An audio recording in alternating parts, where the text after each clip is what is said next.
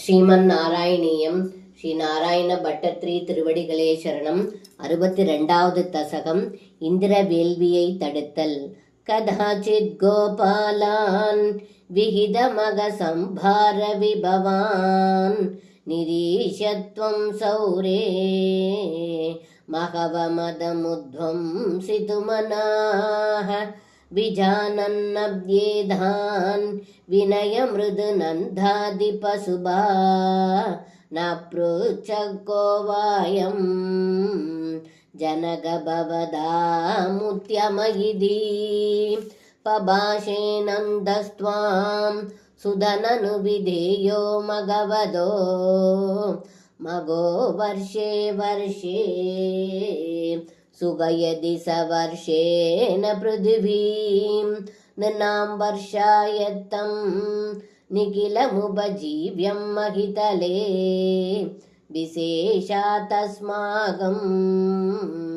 दृढसलिलजीवागिपसवः इति श्रुत्वा वासं पितुरयि भवानाकसरसं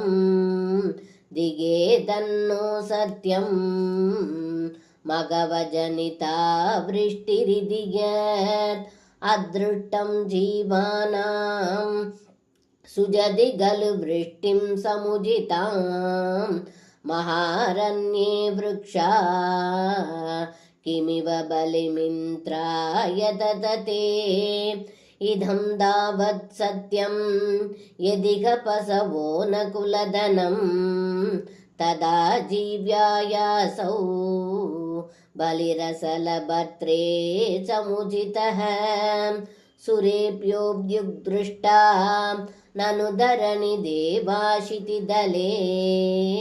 तदस्तेभ्यारात्या इति जगदि तत्त्वं निजजनान् भवत्वा संश्रुत्वा बहुमतियुधास्तेऽपि पशुबाण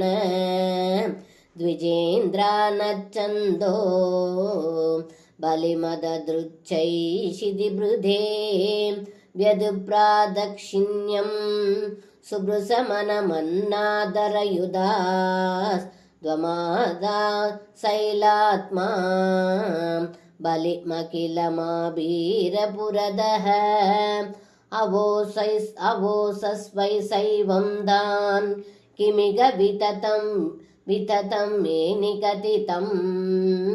गिरीन्द्रो नन्वेष स्वबलिमुपभुङ्क्ते स्ववपुषाम् अयं गोत्रो गोत्रत् विशिच कुपिते रक्षितुमलं समस्तानित्युक्त्वा जगृषुरखिला गोकुलजुषः परिप्रीतायाधा गलुभवदुपेधा व्रजजुष्यो व्रजं यावद्धावन् निजमगविभङ्गं निशमयन् भवन्तं जानन्नु अभ्यधिगरजसा अघ्रान्तहृदयो न सेहे देवेन्द्रस्त्वदुपरचिदात्मोन्नतिरभि मनुष्यत्वं यादो मधुभिदभि देवेष्वविनयं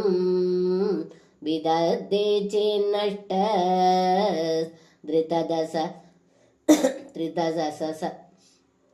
धृतसतसां गोपिमहिमां